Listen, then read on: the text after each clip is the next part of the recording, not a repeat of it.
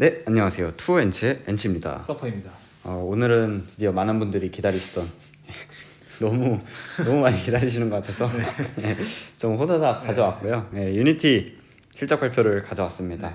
네, 그래서 여기까지가 이제 액추얼 넘버고 이 뒤에는 추정치, 예상치. 예, 추정치고 이번 분기는 이렇게 보시면 될 것 같습니다. 그래서 이번 분기 조금 요약을 해보자면 생각보다 나쁘진 않았다. 실적만 봤을 때? 실적만 봤을 땐 생각보다 나쁘지 않았다 였고 저번 분기에 좀 굉장히 쇼크가 있지 않았습니까? 여러 가지 뭐 데이터 손실이나 이런 부분 때문에 세게 맞았는데 일단 그 부분은 잘 넘기고 있는 것 같다 라고 요약을 할 수 있겠습니다. 네, 그래서 일단 좀 숫자부터 먼저 같이 보면은 이번 분기 매출은 297 밀리언 정도 나왔습니다. 그래서 이게 YOY로 9% YOY 플러스 9% 정도 된 거고 QOQ 대비해서는 마이너스 7% 약간 소폭 하락을 했습니다. 소폭 하락을 했고 컨센서스가 299 밀리언 정도였으니까 컨센서스도 살짝 낮아졌다. 근데 그럼에도 실적 발표 때 물론 마이너스 3% 떨어지긴 했는데 로블록스가 그날 마이너스 17% 떨어졌고 그렇게 나쁘지 않았던 이유가 주가가 나쁘지 않았던 이유가 그냥 이 단기 역풍, 그러니까 저번 분기에 했던 것들을 잘 해결했구나. 그러니까 경영진에 대해서 어느 정도의 신뢰? 그런 것 때문에 조금 오프셋하지 않았나라는 생각이 들었습니다. 그래서 부문별로 보면은 크리에이트 솔루션 역시 기대 이상이었습니다. 훨씬 기대 이상이었고 YOY 기준으로는 67% 정도 상승을 했고 QOQ 기준으로는 3.85% 정도 상승을 했습니다. 최근 들어서 좀 둔화가 있긴 하네요. 맞습니다. 그래서 뭐 뒤에서도 말씀을 드리겠지만 이게 YOY로 봤을 때는 되게 고성장이지만 고성장이긴 한데 QOQ로 대비하면 확실히 확 둔화가 되는 게 눈에 보이거든요. 여기 보면은. 근데 이제 저는 유니티가 특히 단기적으로 바라볼 게 이 부분인데 이게 조금 둔화가 된다는 거는 사실 뭐 그렇게 썩 유쾌한 실적은 아니었죠. 그럼에도 이제 컨센서스는 비트한 수치이기 때문에 크리에이트가 굉장히 나쁘지 않았다. 그리고 뒤에서도 말씀드리다시피 좀 새로운 고객들이 많이 유입이 됐어요. 그래서 마이크로소프트랑도 협약을 맺었고 여러 가지 뭐 이슈가 있습니다. 그 다음에 이제 대망의 오퍼레이트 솔루션. 그러니까 크리에이트는 생각보다 좋았다. 오퍼레이트는 생각보다 안 좋았다. 생각보다 안 좋았다. 예, 생각보다 더 안 좋았고 YOY 기준으로는 마이너스 13% 그리고 QOQ 기준으로도 거의 마이너스 14% 정도 하락을 했습니다. 그래서 뭐 오퍼레이트 안 좋을 거는 다 예상을 했는데 그거보다도 실제로 그래 내심 기대가 있었죠. 네네. 예, 근데 그래도 해주지 않을까 했는데 어림없었고 확 두드려 맞았습니다. 그래서 이제 이게 조금 중요한 수치인데 10만 달러 이상 고객, 대형 고객. 예, 대형 고객 수를 보면은 QOQ 대비해서 0.18% 올랐습니다. 예, 그래서 YOY로는 22% 상승을 했는데 이 고객 수 자체도 굉장히 둔화가 있었다. 그렇죠. 예, 그래서 이 수치는 뭐 골드만이랑 JP랑 이런 애들 거를 가져온 건데 좀 평균치를 내서 가져온 거거든요. 수치로만 봤을 때는 이번 분기, 그러니까 1분기가 완전히 바닥이었고 이번 분기 다시 바닥을 찍은 다음에 반등하는 수치긴 합니다. 그래서 아무튼 그랬다. 그러면 이제 유니티가 뭔 얘기를 했는지 일단 한번 같이 보시죠. 쭉쭉 넘어가면 일단 아까 말씀드린 것처럼 크리에이트 솔루션, 오퍼레이트 솔루션, 그 다음에 이제 전략적 파트너십 이게 YOY 수치고 크리에이트 솔루션 굉장히 좋았고 오퍼레이트 솔루션 속상했고 뭐 이거는 크게 신경을 안 쓰기 때문에 그래서 전체적으로 YOY 9% 정도 성장을 했다라는 겁니다. 그럼 이제 하나씩 살펴보겠습니다. 네. 일단 크리에이트 솔루션부터 역시 맛있는 거 먼저 먹는 유니티. 예, 크리에이트 솔루션부터 보면은 굉장히 강력했고, 예, 굉장히 강력했다. 그래서 이게 제가 처음 유니티를 소개드릴 때 오퍼레이트 솔루션 매출 비중이 80% 정도 됐었거든요. 맞아요. 이게 작년 3분기부터 제가 소개를 시켜드렸으니까 오퍼레이트가 80% 정도 됐고 크리에이트가 한 17% 뭐 이 정도 됐었는데 이번 분기에 이제 처음으로 40%를 찍습니다. 크리에이트가? 예, 크리에이트가 40% 찍고 오퍼레이트가 60% 찍었습니다. 그래서 이 부분은 제가 뭐 처음부터 얘기를 한 거고 크리에이트가 더 커져야 된다라는 얘기를 했는데 뭐 말한 대로 각오는 있지만 네. 제가 그린 그림은 이게 아니었어요. 같이 커지는데 네, 같이 커지는데 더 빨리 커져야 된다. 맞습니다. 이렇게 해서 돼야지. 그렇죠. 이 가운 여기서 만나면 베이비 엄마를 타임하지 네. 말라는 거죠. 그쵸. 네. 근데 이제 베이비 원말 타임을 하고 있으니 약간 애매해지는 건데 뭐 어찌됐든 뭐 긍정적인 거긴 합니다. 크리에이트로 돈을 벌어야지. 계속 오퍼레이트 매출 비중이 80%가 제가 불안했던 이유가 이런 거거든요. 그러니까 광고 지출은 결국에는 전방 산업 수요에 따라서 너무 왔다 갔다 해요. 그렇죠. 그렇기 때문에 이 부분은 한계가 있다. 그래서 크리에이트 쪽으로 가야 된다. 그리고 TAM도 훨씬 더 넓고. 그렇죠. 예, 그래서 어찌됐든 뭐 굉장히 좋았다. 그러고 이제 뒤에서도 언급하겠지만 디지털 트윈, 그러니까 디지털 트윈에 대해서 얘기를 되게 많이 했습니다. 디지털 트윈이 굉장히 이번 분기에 핫했다. 예, 디지털 트윈 되게 좋은데 이쪽에서 또 분명히 투자 기회가 있을 것 같은데 아직까지는 완벽히 디지털 트윈의 수혜를 보는 기업이 누구냐라고 했을 때 저는 딱히 아이디어는 없습니다. 그나마 유니티인데 오퍼레이트가 너무 커가지고 저한테는 그래서 아직 투자를 못 하고 있습니다. 그래서 굉장히 가속화됐다. 디지털 트윈이 가속화됐다. 예, 이런 얘기고 이제 좀 보시면은 이 분기별 매출이거든요. 이 크리에이트. 네. 그래서 크리에이트도 굉장히 가파르게 올라가다가 둔화되는 게 보이긴 합니다. 네. 그래서 이 부분이 조금 걱정이 되긴 한다. 그래서 이거는 컨퍼런스 콜 할 때 제가 다 설명을 드리겠습니다. 근데 좀 놀랐던 게 서브웨이 서퍼도 유니티 거더라고요. 이거 혹시 아시나요? 처음 봐요. 저희 고등학교 때 독서실에서 엄청 많이 했거든요. 무슨 게임이에요? 네, 게임인데 이게 되게 재밌게 한 게임인데 이게 되게 인기 엄청 많아요. 그러니까 앱스토어나 이런 거 가면은 다 다운로드 수 거의 10년째 1위를 하고 있는 게임이거든요. 되게 시간 녹이기 좋습니다. 그래서 이게 유니티로 만들어지는 거더라고요. 추억이 돋는다. 예, 추억이 돋네. 독서실에서 되게 많이 했었는데 아무튼 그렇고 이제 이게 새로 생긴 파트너십 기업들입니다. 그래서 벤츠는 원래 있었는데 이제 신규 모델에 그러니까 다음 24년도인가 26년도인가 제가 지금 정확히 기억이 안 나는데 그 벤츠에 들어가는 거를 이제 다 유니티로 하는 거를 이제 완전히 계약을 맺은 거예요.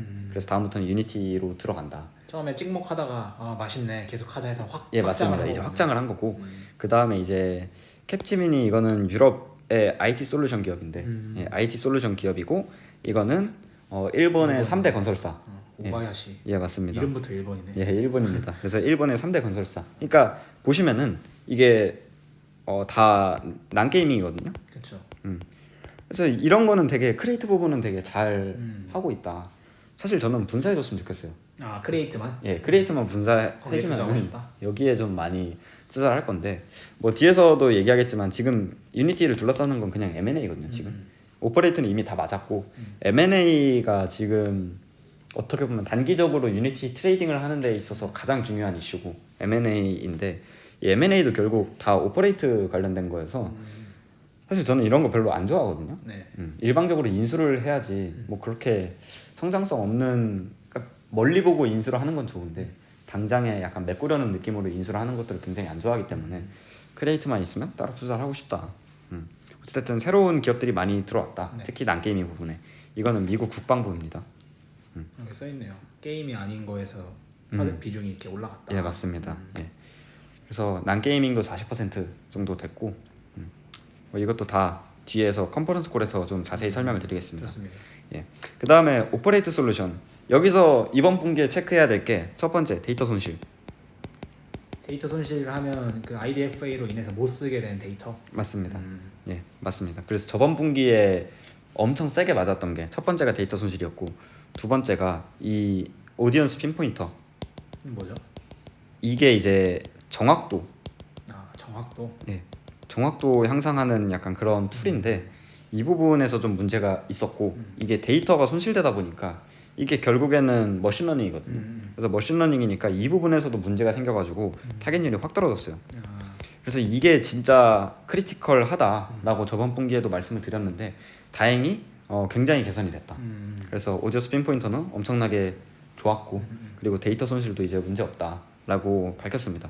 그래서 이 부분이 그나마 오퍼레이트 솔루션의 실적 둔화 이런 것들을 다 커버를 쳐줄 만큼 사실 큰 부분이긴 해요. 왜냐면 이 부분이 무너지면 유니티에 투자 할 이유가 근간이 그냥 완전히 무너지는 거여서 이 부분이 제일 크리티컬한 거였고 얘네 1순위였죠. 그래서 저번 분기 컨퍼런스 콜에서도 우리 지금 다 제치고 이거부터 해결하겠다. 그래서 가이던스 하향한 거고. 그렇죠. 예. 그래서 이 부분은 굉장히 잘 했다. 그랬습니다. 그다음에 이제 그래프를 보면은 확 느껴지죠. 꺾여지네요. 예, 그래서 쭉 가다가 꺾이네. 여기서부터 이제 둔화가 시작되더니 그래서 이제 쫙 내려갔습니다. 예, 그래서 이제 이 부분이 IDFA였죠. 네. 여기서 이제 IDFA 있었고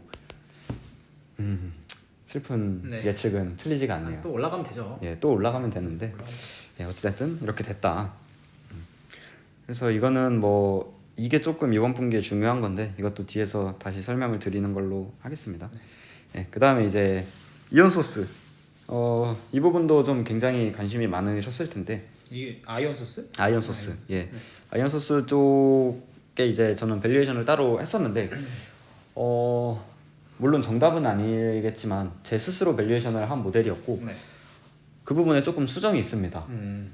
제가 좀 중대한 실수를 해가지고 괜찮습니다. 예, 그래서 그건 뒤에 이제 나중에 설명을 드릴 거고 어찌됐든 이 부분에 대해서도 좀 설명을 했는데 사실 뭐 크게 다를 건 없습니다. 그때 이제 이거 인수하겠다라고 밝히면서 했던 내용들이고 네.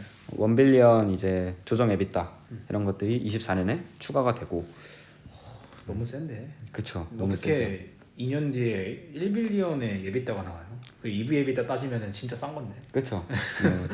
어찌됐든 뭐 이렇게 된다. 네. 예, 그리고 이 인수를 함으로써 긍정적인 파스티브 효과가 크리에이트 쪽으로 반이 들어가고 그 다음에 이제 반은 광고 쪽으로 들어간다라고 이야기를 했고 실적 발표 전날 또 큰 이슈가 있었죠. 실적 발표 날 이슈가 있었죠. 아 그때 제가 예. 보내드린 그거죠? 예 맞습니다. 실적 발표 날 또 M&A 이슈가 터져버렸어요. 맞아요. 뭐 그거는 제가 따로 영상을 올리고 싶긴 한데 아무튼 저는 헛소리라고 생각을 합니다. 네. 예 아무튼 그렇고 그래서 이제 쭉쭉 갔다. 가이던스 변화 있었나요? 가이던스 소폭 낮췄습니다. 아, 낮췄어요? 예, 소폭 낮췄고, 그러니까 좀 보면은 둔화 확인됐고, 네. 그리고 오퍼레이트 부분이 생각보다 더 안 좋았고, 컨센서스 소폭이긴 하지만 미스했고, 그 다음에 또 뭐가 있나요? 가이던스도 낮췄고. 예, 가이던스도 낮췄고, 그러니까 되게 평상시였으면은 다른 기업들한테는 되게 크리티컬했을 텐데 네. 이번 분기 유니티에서 제일 중요한 게 아까 핀포인터 그 부분이었기 때문에 그 부분은 굉장히 훌륭하게 했고 오히려 이전보다 좋아졌다고 그러거든요. 그래서 그 부분이 좀 많이 좋아지지 않았나라는 생각을 하게 됐습니다. 그러면 이제 유니티를 조금 더 보면은 예, 이게 이제 전체 레베뉴거든요. 네. 이 그래프가 여기서 이제 꺾은선 그래프가 성장률이에요. 네네. 그래서 성장률을 보면은 QOQ 성장률인데 확실히 좀 많은 생각을 들게 합니다. 저 스스로는. 그래서 이거는 그냥 추정치고 골드만삭스의 추정치고 QOQ 대비해서 좀 이번 분기가 되게 그나마 저점이긴 한데 사실 이 부분에 대한 믿음이 좀 많이 없어요. 저는 지금. 하긴 전 추정치니까. 예, 추정치니까 네. 뭘 보고 이런 추정치를 냈을까라는 생각이 들어가지고 일단 추정치를 배제하고 생각했을 때 너무나 큰 둔화가 느껴졌다. 저 스스로는 그렇게 생각을 했습니다. 그래서 이게 전체 매출이고 조금 나눠보자면은 이게 크리에이트 부분입니다. 크리에이트 부분에 이제 QQ 일단 초록색부터 보면은 계속해서 성장을 하고 있습니다. 그래도 계속해서 성장을 하고 있고 나쁘지 않습니다. 이게 YOY고 이게 QOQ인데 QOQ 그래프로는 꾸준히 성장을 하고 있다. 더디긴 하지만 예, 그리고 사실 저는 이 부분은 정말 시장 초기라고 생각하거든요.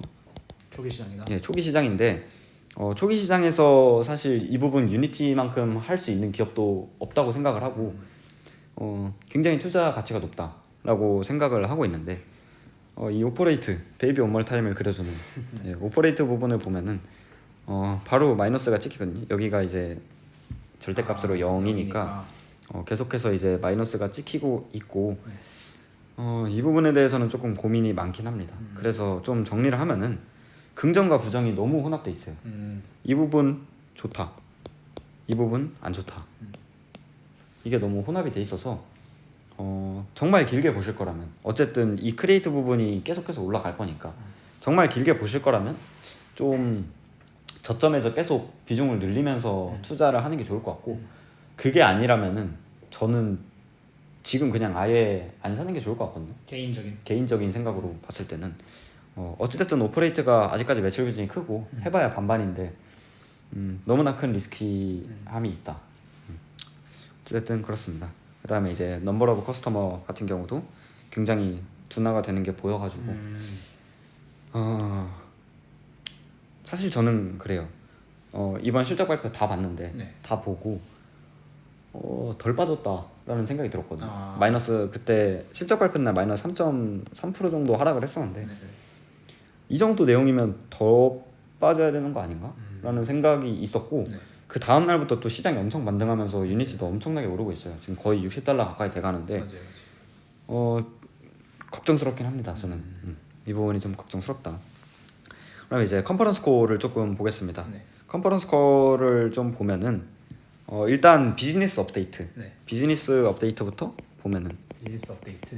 맨 처음에 나와서 CEO가 설명하는 거. 예, 맞습니다. 네. 그래서 이제 Q&A 하기 전에 네. 비즈니스 업데이트를 보면은 중국에서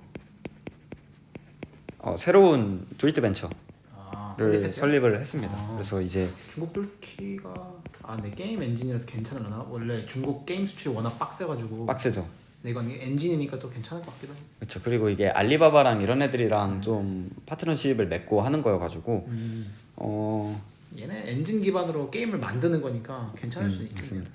그리고 제가 알기로는 이미 있긴 하거든요. 네네. 있는데 아무튼 비즈니스 업데이트 할 때 이제 뭐 이런 얘기를 했어요. 근데 저는 원래 있었던 걸로 알고 있는데 뭐 매출 비중이 워낙 작았어가지고 그런지 모르겠습니다. 예, 어쨌든 근데 중국 게임은 뭐 아시다시피 좀 규제의 영역이 있거든요. 맞아요. 그래서 저번에도 뭐 청소년들 10시 이후로 게임 못하고 뭐 토요일에 1시간 할 수 있고 뭐 이런 것들이 있어가지고 되게 좀 리스키한 산업이어서 저는 이거를 개인적으로 크게 신경을 쓰고 있지는 않습니다. 중국의 게임에 대해서 좋은 소식 듣기 힘들죠 지금. 예, 맞아요. 그리고 조인트 벤처다 보니까 이게 자회사로 하는 게 아니라 그냥 따로 이제 자회사긴 한데 딱히 연결 재무제표상 크게 도움이 되는 회사는 아니거든요. 그래서 뒤에서도 뭐 Q&A에서 나오는데 얘네에서 나오는 현금은 그냥 얘네 법인에 쌓인다고 하더라고요. 그래서 유니티의 모델링 할 때 뭐 캐시플로우나 이런 거에는 영향이 없다라고 했기 때문에 뭐 크게 유의미한 것 같지는 않았습니다. 예. 그 다음에 이제 신규 게임들 업데이트 계속 해주거든요. 네. 그래서 이제 마블 스냅이라고 마블 캐릭터 가지고 하는 이런 콘솔 게임이 나왔고 그 다음에 이제 V라이싱이라고 이게 지금 스팀 1위래요. 스팀 게임 1인데 요즘 게임을 안 했더니 트렌드 따라가기 힘드네. 맞습니다. 그리고 저희 또 뭐 스팀 게임을 잘 안 하니까 맞아요. 예, 스팀 1위를 기록하고 있고 그 외에 이제 탑 20개 게임 중에 스팀 게임 탑 20개 중에 13개가 유니티 엔진이다. 이런 것들 업데이트 해줬습니다. 그 다음에 이제 24년이네요. 24년도부터 벤츠 아까 말했던. 예, 맞습니다. 예, 벤츠의 이제 HMI라고 휴먼 머신 인터페이스거든요. 그러니까 인간을 도와주는 기계. 그러니까 뭐 그 뭐냐 마블의 아이언맨 보면은 자비스. 이렇게 쫙 자비스 보면은 인터페이스 나와가지고 이제 도와주는 것들 있잖아요. 벤츠의 이제 그런 것들은 다 유니티로 된다. 그래서 24년도부터 나오는 벤츠 모델에서는 다 이제 앞에 화면에 나오는 게 이게 유니티 거구나라고 생각을 하시면 됩니다. 벤츠가 없어서. 그렇죠. 벤츠 살라고 지금 투자하는 건데. 벤츠가 없어서. 예, 아무튼 뭐 벤츠 있으신 분들은 좀 구경도 좀 시켜주십시오. 네. 저도 궁금하네요. 예. 그 다음에 일본 3대 건설사 중 하나 오바야시. 얘네는 디지털 트윈입니다. 이게 되게 참 매력적인데 투자를 하고 싶은데 아쉽습니다. 그래서 오바야시도 파트너십을 맺었고 중국 정부 아까 CACI 이런 것들이랑 IT 파트너십 맺었다.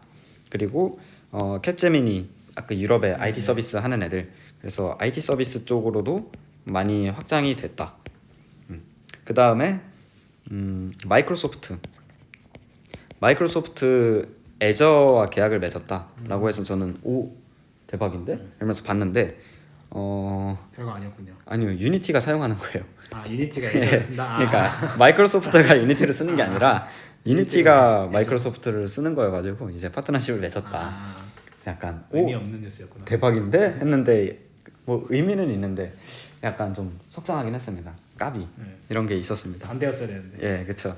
그다음에 이제 이번 분기에 UGS라고 유니티 게임 서비스거든요.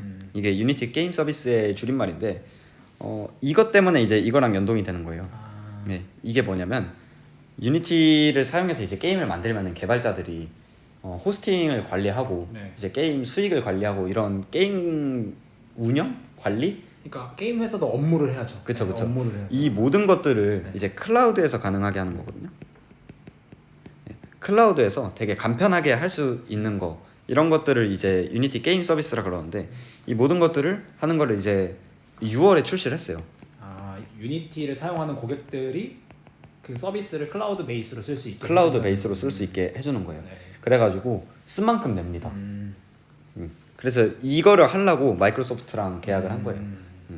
그래서 이제 VR이나 뭐 AR 그리고 뭐 모바일 게임도 요즘 점점 고성능이 돼가잖아요.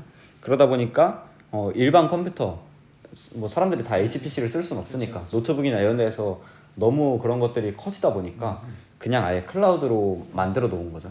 되게 유의미한 것 같습니다. 그래가지고 이거를 하기 위해서 마이크로소프트랑 계약을 한 거고 그래서 좀 더 편리하게 클라우드를 이용해서 서비스를 할 수 있다. 이게 이제 UGS고 6월에 출시를 했는데 2,300개의 신규 고객이 들어왔다고 합니다. 그러니까 한 달 반 만에 2,300개의 신규 고객이 들어온 거고 이 신규 고객이 만든 게임이 거의 5만 개가 된다고 합니다. 그래서 이제 용량 걱정 없이 계속해서 게임이 양산이 될 수 있다는 거겠죠. 그래서 이 UGS 부분이 앞으로 유니티가 더 성장할 수 있는 이게 게임이든 난 게이밍이든 디지털 트윈도 어쨌든 너무나 용량이 크기 때문에 그렇죠. 이런 것들을 유니티를 성장하게 해주는 미래 성장 동력이다라고 약간 이 부분을 되게 강조해서 말했습니다. 그래서 네, 중요하죠. 유니티 서비스를 이용해야 되는데 PC도 필요하고 고성능 PC, 데이터 센터 그리고 막 이런 게 자질구레한 게 더 필요하면 배보다 배꼽이 더 나가는 건데 맞아요. 그냥 내가 쓴 만큼 고성능 PC를 클라우드로 너희가 이용하게 해줄게. 그러니까 우리 서비스를 써라고 해서 훨씬 더 확장성을 좋게 가져갈 수 있죠. 맞아요. 그래서 앞으로 실적 발표를 하면서 이 UGS 서비스의 좀 성장폭 그리고 확장성 이런 것들을 좀 유심히 지켜봐야 될 것 같습니다. 좋습니다. 그래서 이 부분이 좀 게임 산업이든 광고 산업이든 점점 침체기로 들어가는데 이 부분을 통해서 또 디지털 트윈에서 또 굉장한 확장성이 생길 수도 있으니까요. 그렇죠. 이 부분이 되게 중요했다. 그다음에 이제 Q&A를 들어가 보도록 Q&A. 하겠습니다. 굉장히 좀 날카로운 질문이 아 애널리스트로 화났나요? 네. 애널리스트 근데 약간 애널리스트들도 긴가민가한 것 같아요. 그러니까 이번 실적 발표가 좋은 거야, 나쁜 거야 이러면서 그래서 항상 서두에 크리에이트 부분 축하한다, 크리에이트 산업 축하한다 하면서 오프레이트 질문하고 약간 이런 느낌이었어요. 그래서 일단 첫 번째로 바로 크리에이트 나오는데 크리에이트 난 게이밍에 대해서 조금 질문을 하겠다라고 밝혔고 이 산업이 지금 어떻게 변하고 있는지 그러니까 디지털 트윈이 너네가 제일 앞단에서 경험을 하고 있으니까 이 부분에 대한 산업 분위기도 조금 알려달라 이런 얘기였습니다. 그리고 너네가 얼만큼 이해하고 있는지 이런 것들을 얘기해달라라고 했고 이 부분에서 조금 멋있었어요. 그러니까 어떤 얘기를 했냐면 우리는 이 크리에이트 부분을 개척을 하고 있는 좀 선두자다. 뭐 맞는 말이죠. 프론티어, 파이오니어 이렇게. 예 맞습니다. 네, 그래서 선두자다. 그래가지고 처음에 고객들은 RT3D, 그러니까 리얼타임 3D죠. RT3D를 사용하는 법을 몰랐고 그렇기 때문에 거래는 매우 작았다. 그러니까 이게 좋다라는 걸 고객들이 막연히 알지만 도입할 엄두도 안 냈고 이거에 대해서 정확한 이해가 없었는데 점점 그런 이해가 시장에서 커지고 있고 그래서 점점 거래로 이어지고 있다. 거래로 이어지고 있다. 그래서 그들이 하고 있는 일들은 그러니까 요즘 되게 수요가 엄청 많다라고 얘기를 했거든요. 그래서 지금 그들이 하고 있는 거는 본질적으로는 디지털 트윈이다. 그러니까 본질적으로 디지털 트윈에 대한 수요가 굉장히 많고 우리는 시장 초기 단계를 개척을 해 나가면서 점점 이 수요들을 끌어올리고 있다. 그래서 이것들이 다시 결국 우리의 거래로 돌아오고 있다. 뭐 이런 얘기였습니다. 이걸 들으니까 드는 생각이 이게 RT3D라는 생소한 개념, 그러니까 좋은 거였지만 이게 좋은 걸 받아들여야 되는지 이게 뭐가 좋은 건지에 대한 고객들이 어려웠다는 거잖아요. 맞아요, 맞아요. 근데 이거 보면서 드는 생각이 엔비디아의 과거가 떠오르는데 엔비디아가 옛날에 GPU 그 성능 업그레이드 하면서 네. 그 엔비디아 비즈니스 해자 중에 쿠다라는 게 있잖아요. 그쵸, 그쵸. 그거를 되게 공고히 가져가면서 이제 막 고객들 교육도 해주고 다른 플랫폼으로 못 넘어가게 너희들이 GPU 쓰면서 프로그래밍 할 거면 쿠다에서만 해 해서 다른 회사들이 이제 못 치고 올라와서 GPU를 안 뺏기고 있는 거잖아요. 그쵸, 그쵸. 그러니까 디지털 트윈에서 안 뺏기고 싶으면 유니티도 뭔가 그런 엔비디아의 쿠다 같이 뭐 고객들을 좀 묶어둘 수 있는 그쵸. 그런 것들이 락인을 필요하다. 해가지고 뭐 교육 어떤 특별한 소스를 이용해서 교육을 시키든 아니면 어떤 특별한 서비스가 있던 그렇게 해서 해야 이게 이제 앞으로 시장이 커질 시장이니까 그쵸. 거기에서 이제 엔비디아 같은 그런 지위를 가질 수 있겠구나라는 생각이 딱 들었어요. 얘기를 듣고. 좋은 포인트인 것 근데 같습니다. 그런 게 과연 뭘까는 저는 모르겠지만 그게 UGS가 돼야 되지 않을까요? 근데 뭔가 뭐 따라하기 싫을 것 같은데. 쿠다처럼 락인 효과가 강하진 않겠죠. 근데 그런 게 있어야 된다. 좋은 포인트인 것 그래야 같습니다. 좋은 기업이 된다. 예, 맞습니다. 그래서 이제 또 다시 돌아가자면 2년 전에 우리가 IPO를 할 때 난게이밍 부분이 3년에서 5년 내에 그 오퍼레이트, 그러니까 게임 비즈니스를 넘어설 것이다라고 이야기를 했는데 그거 실제로 일어나고 있다. 뭐 이런 좀 근데 그건 광고가 줄어들어서 그렇죠. 어찌됐든 늘어나고 있으니까 넘어서긴 하고 있어요. 가운데서 만나는 네, 거긴 네, 하지만 아무튼 좀 급격히 성장을 하고 있다. 그래서 이제 이 부분에 대한 이해, 그러니까 고객들이 이 부분에 대한 이해가 더 생기면은 더욱더 큰 시장이 될 거다라고 뭐 이야기를 한 겁니다. 네. 그 다음에 이제 두 번째가 오퍼레이트. 당연히 나올 수밖에 없는 질문이죠. 오퍼레이트에 대한 질문인데 저번 분기에 말했던 데이터 사건, 그러니까 대규모 데이터 손실이죠. 데이터 사건과 그리고 지금 니네가 겪고 있는 경쟁에 대해서 이야기를 해줘라. 어려운 질문이에요. 경쟁에 대해서 이야기를 해줘라. 근데 더 어려운 게 그리고 니네가 지금 이 복합적인 거를 어떻게 이해하고 있는지 이야기를 해줘라. 뭐 이런 얘기를 했습니다. 네, 그렇네. 그러니까 얼마나 이해를 하고 있어 너네가 이 상황을. 그러니까 그냥 막연히 낙관적으로 보고 있는지 아니면 정말 심각하게 해서 인풋을 하고 있는지 이런 것들에 대한 체크를 하기 위한 질문 같았습니다. 그래서 이 부분에서는 오퍼레이트 쪽은 거의 다 게임에서 운영이 된다. 우리가 오퍼레이트는 결국에 게임에서 운영이 되고 전문가들은 지금 우리의 이런 게임 산업에 대한 우려랑 그리고 경기 침체에 대해서 계속해서 이야기를 하고 있다. 근데 게임 산업은 여전히 견고하다. 이렇게 이야기를 했어요. 게임 산업은 여전히 견고하다. 그리고 성장하고 있는 산업이다. 약간 저도 갸우뚱하면서 듣긴 했는데 어찌됐든 지난 5번에서 6번 그러니까 지난 과거 동안 경기 침체를 보면 알 수 있다 라고 이야기를 했거든요. 그러니까 지난 경기 침체에서도 게임 산업은 꾸준히 성장을 했다라는 거를 근거로 뒀는데 사실 저는 뭐 그거 들으면서 그 생각이 들었어요. 지금이랑 그때랑 같나? 약간 이런 생각을 하긴 했어요. 근데 어찌됐든 그 다음 문장은 조금 어느 정도 납득이 됐는데 작년에 코비드로 인해서 기고효과가 엄청나게 컸다. 그건 맞죠. 그렇죠. 그래서 이제 우리가 거의 10%에서 30% 이렇게 고성장을 하고 있는 거에 비해서 현재 우리 게임의 산업이 단기적으로 이제 좀 역풍에 있음을 인정한다. 그럼에도 불구하고 우리는 이거를 견뎌내고 결국에는 게임 산업이 이제 계속해서 줄어들 산업이 아니라 다시 커질 산업이라고 믿고 있다라고 이야기를 하고 있는데 또 어떻게 보면 맞는 게 그냥 모바일 게임 말고 그거를 이제 VR, AR로 확장을 해서 보면은 뭐 그것도 맞는 얘기인 것 같기도 하고 네 그렇습니다. 그래서 어찌됐든 그렇게 됐다. 그래서 장기적으로 성장할 거다. 게임 쪽에서도 크리에이터 부분도 당연하지만 그래서 오퍼레이트 쪽에서도 좀 어느 정도 강한 자신감을 보여줬고요. 그 다음에 이제 데이터 사건이랑 뭐 경쟁에 대해서 이야기를 했을 때는 지금 데이터 쪽 이거를 해결하기 위해서 바로 이제 전담 팀을 꾸렸다. 전담 팀을 꾸렸고 이게 저번 분기에 이거를 해결하는데 이 전담 팀을 바로 꾸린 다음에 해결하는데 7일 걸렸대요. 7일 만에 해결을 했고 엄청나게 이제 정확도도 높였다. 뭔가 일단 넘어갑시다. 네. 그래서 어찌됐든 이 정확도가 엄청나게 중요한 건데 이게 결국에는 핀포인트고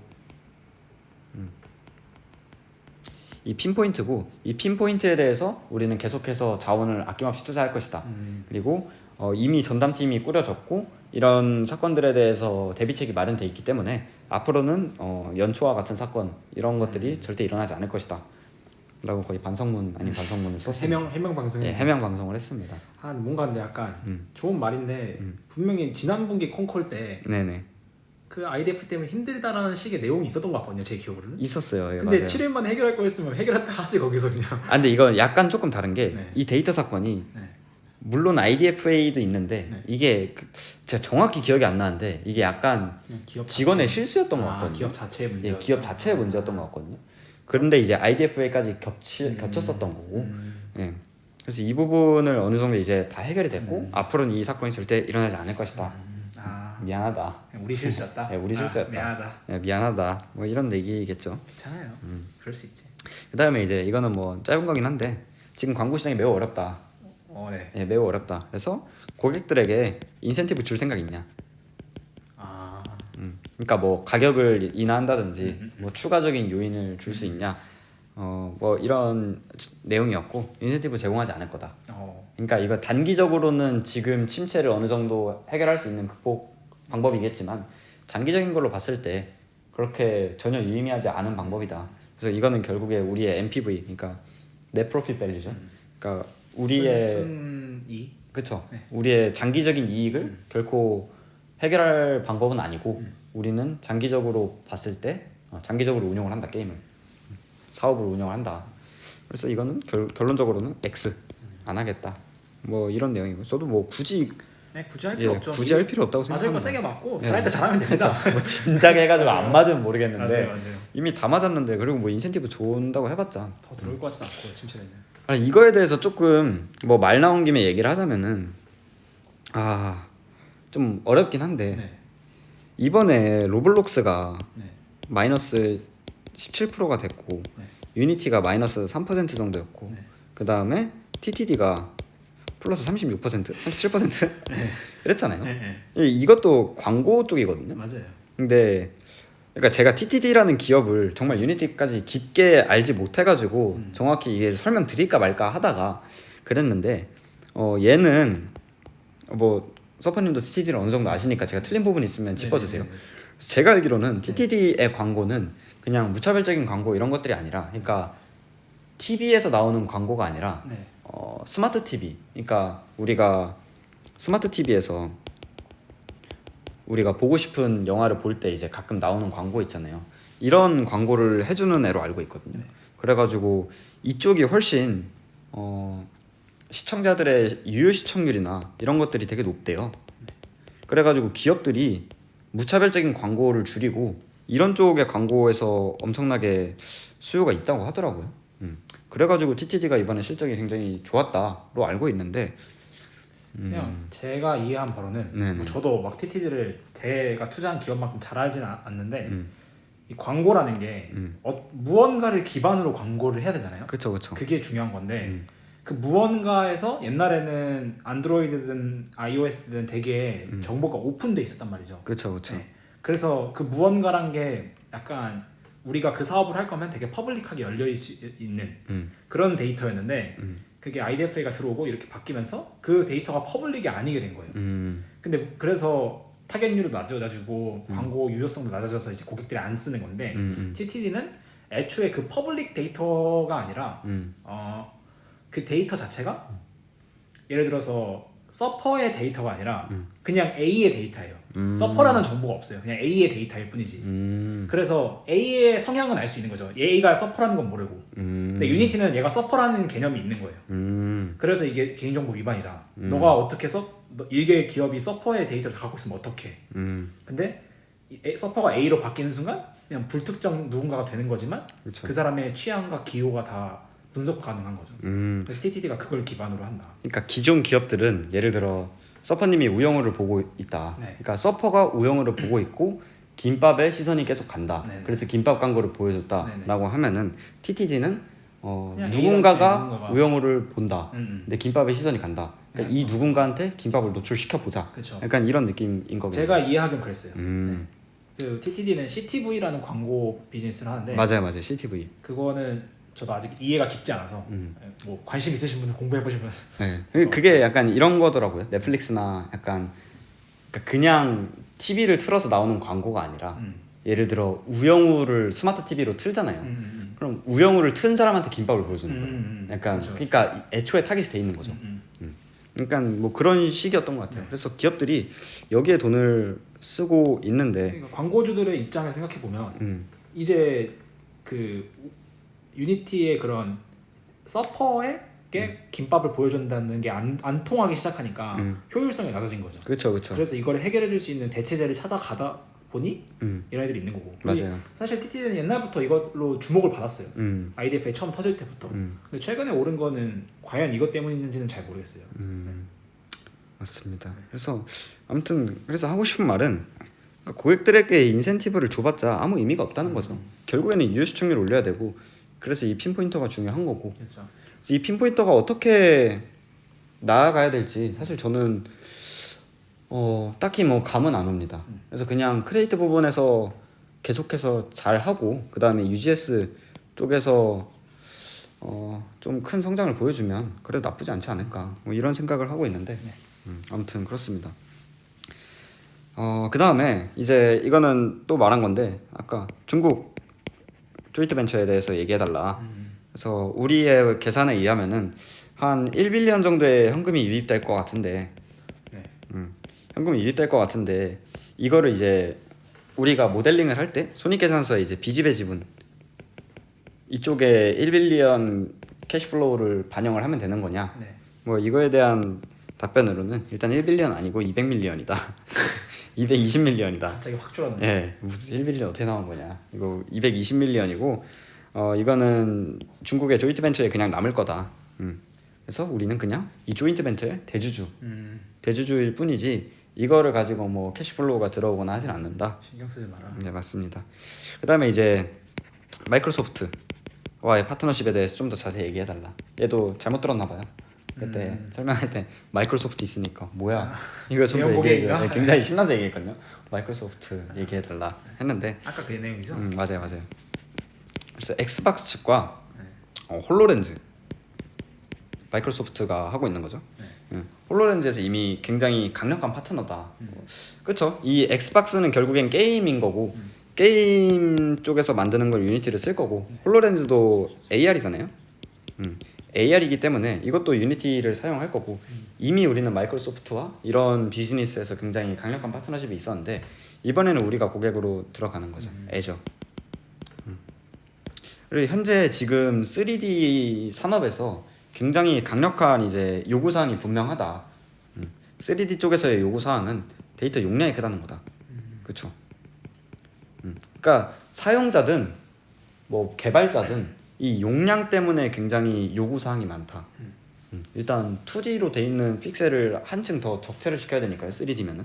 그래서 Z축까지 생기는 거기 때문에 당연히 용량이 엄청나게 늘어날 거고 이 부분에 대해서 우리가 애저랑 협력을 해가지고 여기서 이제 데이터를 굴려버릴 거다. 그리고 이게 UGS고 이게 우리의 장기 성장 동력이다.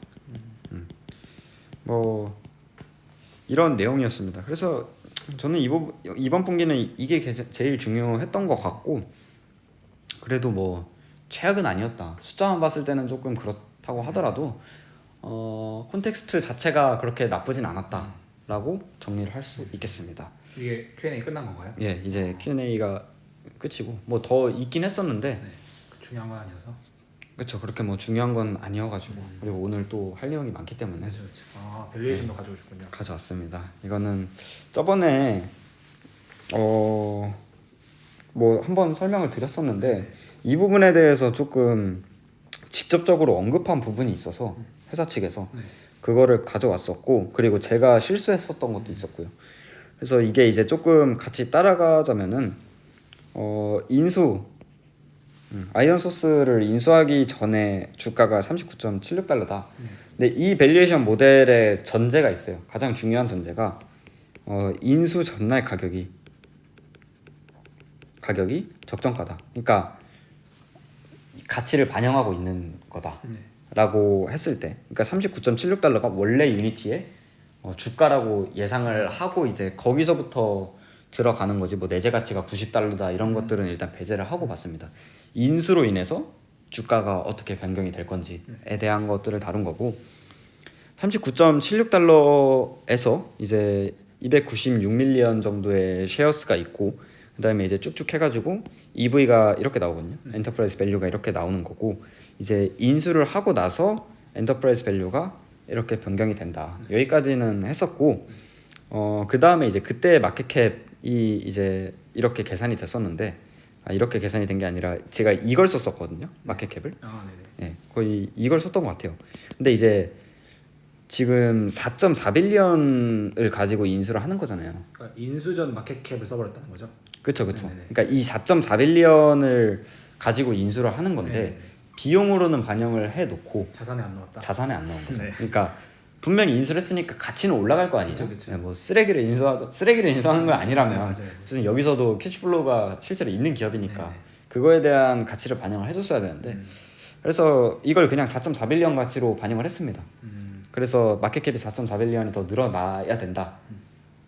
로 보는 게 당연히 합리적이겠죠. 네네네. 당연히 이게 맞는 거겠죠. 그래서 4.4빌리언을 더해 준 거고 그래서 쭉쭉 가서 뭐 그때는 똑같습니다. 그래서 교환 가치가 이러니까 이 정도 118밀리언 정도의 주식 수가 더 생기는 거고 그랬을 때 희석이 되고 2.5빌리언이 다시 바이백이 되면서 스톡 프라이스는 46달러 정도가 적정가가 된다. 기존에 제가 38달러인가 그랬거든요. 근데 그게 4.4빌리언이 없었던 거다. 4.4빌리언을 반영을 안 해줬었던 거죠. 4.4빌리언은 보수적인 거죠. 왜냐면 맞아요. M&A라는 게 시너지를 노리고 하기 때문에 맞아요, 1 더하기 맞아요. 1은 2를 노리고 하는 게 아니잖아요. 맞아요. 근데 지금은 1 더하기 1은 2다라는 그걸로 한 거기 때문에 그렇죠. 알 수가 없으니까. 알 수가 없으니까. 그래서 이렇게 한 거고 근데 이제 이번에 그 아이언소스 인수를 얘기를 하면서 네. 말했던 게 얘네가 우리가 연말에는 376밀리언이 될 것 같다. 그러니까 제 계산으로는 350밀리언이 되는 거였거든요. 근데 주식 수가 376밀리언 6밀리언 쉐어스라고 얘기를 해줬어요. 얘기를 해줬기 때문에 당연히 이제 이 바이백하는 시기의 차이겠죠. 저는 이제 2.5빌리언을 바로 된다고 가정하고 계산을 한 거였고 얘는 지금 24년인가? 네네. 24년 기준으로 얘기를 한 거기 때문에 376밀리언이라고 가정했을 때는 주가가 43달러가 나온다. 그래서 43달러 정도가 나오고 그랬을 때의 PSR은 9.07 정도 나오거든요. 네. 23년도 타겟을 했을 때 네. 9.07이면 인수 전에 PSR이 8.63이었으니까 아이언소스 이제 인수하고 나서 소폭 증가를 한 거죠. PSR은 밸류에이션이. 그래서 이 정도면은 그래도 뭐 개인적으로는 합리적인 가격인 것 같고 그 다음에 이제 뭐 이번에 새로 이제 M&A가 나왔잖아요. 앱 러빈. 맞아요. 앱 러빈이라는 애인데 얘랑 아이언소스랑 네. 유니티랑 되게 비슷한 비즈니스를 해요. 그래서 얘네가 이제 다 모바일 광고 쪽이거든요. 그래서 얘네가 이제 유니티는 사실 모바일 광고긴 한데 조금 성격이 다른 게 얘는 게임 개발 쪽이고 그다음에 얘네는 실제로 광고 쪽이거든요. 그래서 얘네 둘이 사실상 경쟁자고 그래서 이제 유니티가 얘를 인수를 한 건데 갑자기 얘가 인수 제안을 했잖아요. 제안을 했죠. 예, 그래서 컴콜에서도 첫 마디가 그거였거든요. 뭐요? 그러니까 뭐 반갑습니다 뭐 이런 얘기를 하잖아요. 네. 그 다음에 이제 본론 들어갈 때 첫 마디가 우선 이 앱 러빈이 M&A 한 거는 사실이다. 여기까지 말하고 그 다음부터는 자세히 말할 수는 없다라고 했어요. 밝혔고, 그러니까 앱 러빈이 실제로 인수 제의를 한 건 맞다라고 오피셜로 나왔습니다. 근데 이제 어이가 없는 게 앱 러빈이 그때 몇 빌리언이었죠? 20 시가총액이요? 아니요 얘는 인수 제한가가 인수 제한가 한 17에서 19? 19빌리언 정도 됐었던 것 같은데 유니티 그때 그 주가가 한 17빌리언? 시가총액이 17빌리언 정도였고 19빌리언 정도로 제안을 했던 것 같은데 그래서 저희 둘 다 이거 인수 뜨자마자 서퍼님이 기사 보내주셔가지고 봤는데 둘 다 웃으면서 이게 뭐냐라고 한 게 19빌리언짜리 인수하면서 뭐 얘 현금 보니까 1빌리언 가지고 있고 그래서 이제 주식 교환을 하자 이런 쪽이었는데 그냥 합병하자는 거였죠. 합병하자는 거였죠. 49대 51이고 지분은 니네 55% 줄게. 대신에 의결권은 우리가 50일 가질게. 맞아요. 그러니까 되게 좀 말도 안 되는 얘기들이었고 그리고 이거를 M&A를 한다는 것 자체가 불가능할 거예요. 이미 아이언소스를 얘네가 인수를 22년도 말까지 마치거든요. 근데 마친 상태에서 엠러빈이랑 결합을 하면은 이것도 반독점에 잡혀갈 거고 모바일 광고 쪽에서 그런 이슈도 있을 거고 그 다음에 예 그리고 엠러빈이 얘네 아이언소스는 인수 대상에 포함이 안 된다라고 이야기를 했는데 아 그래요? 예 근데 이제 이미 지금 다 진행된 상태에서 그러니까 그냥 억울로 같아요. 그러니까 저는 이게 말이 안 된다고 생각을 하고 일단 제일 중요한 게 유니티가 이 19빌리언이라는 가격에 인수를 수락을 할 일이 없어요.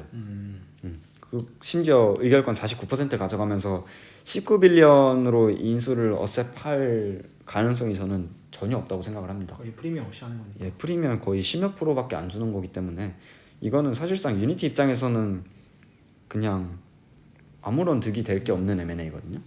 그래서 이거는 전혀 신경을 안 써도 된다라고 보고 있습니다. 너무 궁금한 신기한 게 왜 CEO는 아니다라고 얘기를 안 했을까요? 근데 너무 신기하네. 아, 이 인수 제의에 대해서 네, 얘기도 했는데 그냥 그렇게 넘어갔다면서요. 맞아요. 사실이다 하고 넘어갔다면서요. 예, 사실이다 하고 넘어갔죠. 뭘 노린 걸까? 그냥 노린 거 없이 사실인데 근데 이성적으로 봤을 때 저는 이 M&A를 된다고 생각하는 사람이 없을 거라고 보거든요. 그래서 그냥 궁금해서 이 어그로를 통한 주가 상승분을 노리는 건가? CEO가? 그러니까 그냥 이 어그로를 지금 그러니까 노리고 있는 건가? 그러니까 굳이 내가 해명할 필요도 없다 이거는 어차피 어그로 끌리면 좋고 시장에서 관심 받으면 주가적인 측면에서 좋다고 생각을 하는 건가? 이런 생각이 떠오르네요. 뭐 그럴 수도 있겠네요. 예. 근데 또 웃긴 게 엠러비는 이거 하고 내려갔어요. 또 뭐가요? 주가가 내려갔어요. 그렇죠. 보통은 예, 주가가 내려갔습니다. 보통 이제 인수기업이 내려가니까. 그렇죠. 네. 근데 얘보다 유니티가 크잖아요. 네네.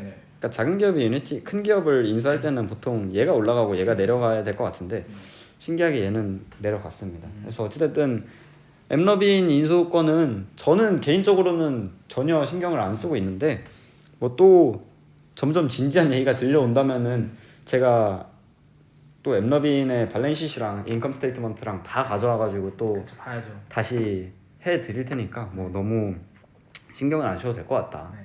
그래서 당분간은 M&A로 이제 왔다 갔다 할 것 같아요.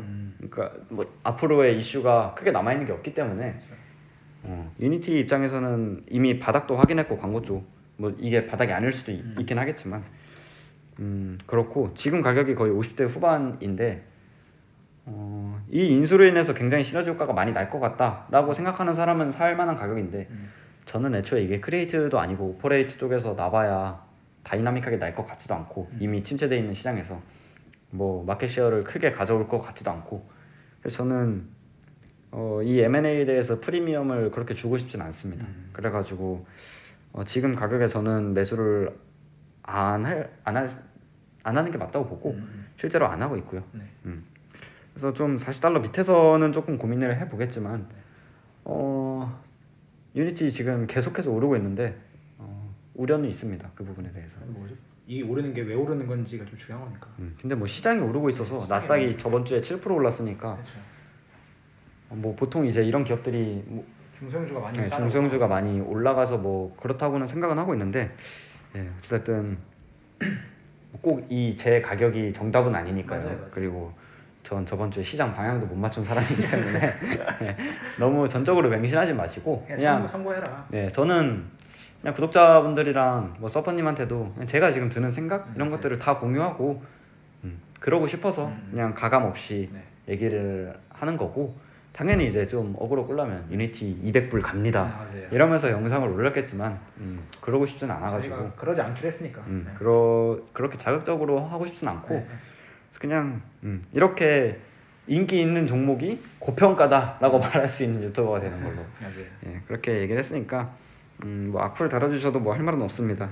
당신 말이 맞습니다. 당신 말이 맞으니까요. 오늘 영상을 좀 요약하면 어떻게 될까요? 영상을 요약하면 한 줄로 일단 요약하면. M&A 이슈 두 개는 네. 하나는 이미 된 거니까 네. 뭐 이제 주사인 던져졌고 네. 하나는 개인적으로는 개소리라 생각한다. 음. 그래서 그냥 신경 쓰지 말아라. 음. 그리고 두 번째 고비는 넘겼다. 고비는 넘겼다고 앞으로의 관점은 다시 성장 측면으로 돌아온 것 같아요.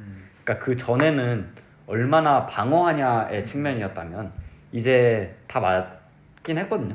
그래서 이제 얼마나 성장하냐. 그러니까 주가가 바닥이라는 얘기는 아니에요. 왜냐하면 덜 성장하면 맞아야 되니까. 네네네. 그래서 이제 성장 측면으로 다시 봐야 될 때가 왔다. 그렇게 요약을 할 수 있을 것 같습니다. 좋습니다. 그리고 생각보다 둔화가 보인다. 내 눈에는.